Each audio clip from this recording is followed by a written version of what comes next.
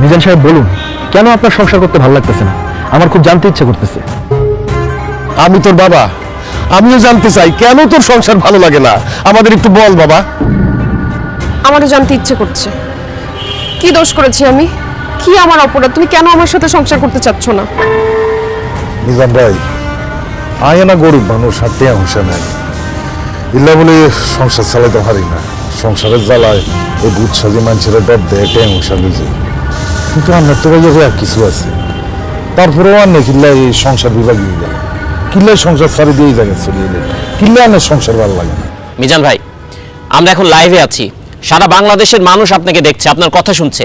আপনি বলুন, সংসার আপনার কেন ভালো লাগে না?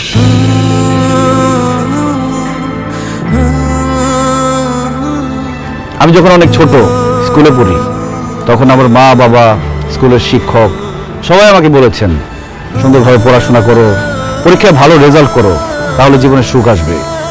আমিও সেই সুখের আশায় দিন রাত পড়াশোনা করতে শুরু করলাম। পরীক্ষা দিলাম, ভালো রেজাল্ট করলাম, পড়াশোনা শেষ করলাম, কিন্তু সুখ পেলাম না। বরং চাকরি নামের একটা দুশ্চিন্তা আমার জীবনে চলে আসলো। সবাই বলতে শুরু করলো, যদি ভালো চাকরি পাও তাহলে জীবনে সুখ পাবা। তাই চাকরির জন্য বিভিন্ন জায়গায় পাগলের মতো ঘুরতে থাকলাম, ইন্টারভিউ দিতে থাকলাম। অবশেষে আমার চাকরিটা হলো ঠিকই, কিন্তু আমার জীবনে সুখ আসলো না। অফিসে কাজের প্রেসার, বসের প্রেসার, প্রমোশনের প্রেসার আমার জীবন থেকে সুখ আরো বেশি হারিয়ে গেল।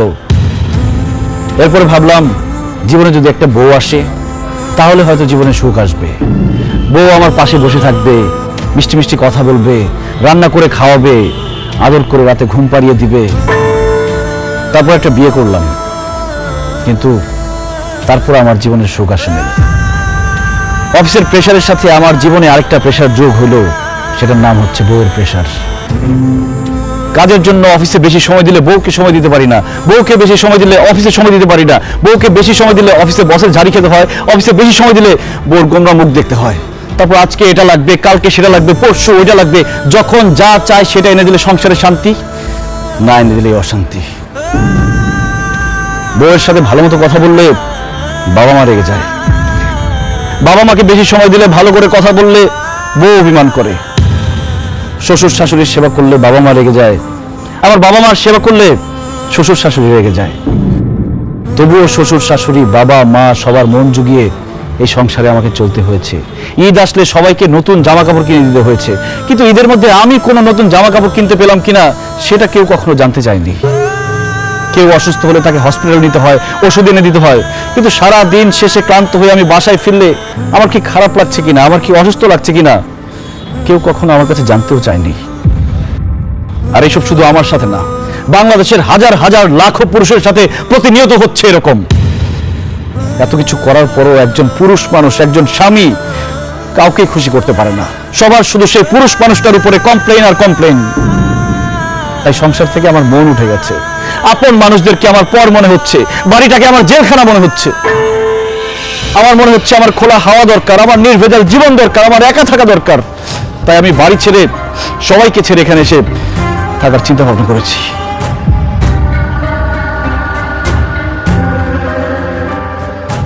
মিজান ভাই, এই ঘটনাগুলো আমার সঙ্গেও প্রতিনিয়ত ঘটে।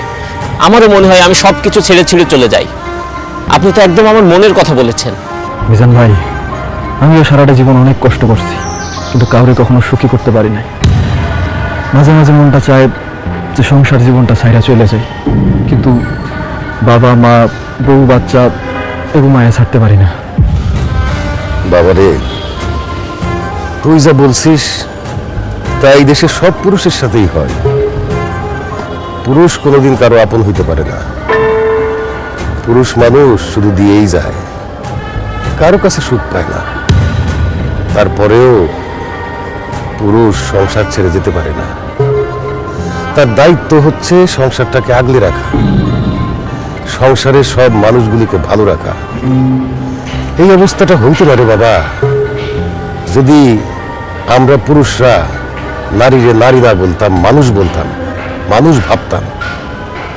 আর নারীরাও যদি পুরুষটা বইলা মানুষ ভাবতো, দুইজন দুইজনকে মানুষ ভাবলে এই সমস্যাগুলি আর হইতো না রে বাবা। জামাই বাবাজি, তুমি যে কথাগুলো বলছো একদম ঠিক বলছো। তুমি বলতে পারছো, কিন্তু আমি সারাটা জীবন বলতে পারিনি।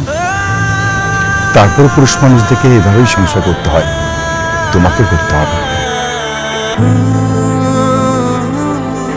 মিজান, আমাকে তুমি মাফ করে দাও। তোমার স্ত্রী হিসেবে আমার দায়িত্ব ছিল তোমার কষ্টগুলো বোঝা। আমি তোমাকে কথা দিচ্ছি, আজকে থেকে তোমার দুঃখ কষ্ট সব কিছুর আমি খেয়াল রাখবো। প্লিজ বাসায় চলো, চলো না আমরা নতুন করে সুখের সংসার করি। সংসার কখনো সুখের হয় না সেতু। আমার মনে হয় কোনো সুস্থ স্বাভাবিক মানুষ সংসার করতে পারে না। সংসার করতে হলে পাগল হইতে হয়। আমার মনে হয় আমরা পুরুষরা সবাই পাগল, আর সেই জন্য সংসারের শত ঝামেলা সহ্য করেও সংসার করে যাচ্ছি, করে যাব। চলো।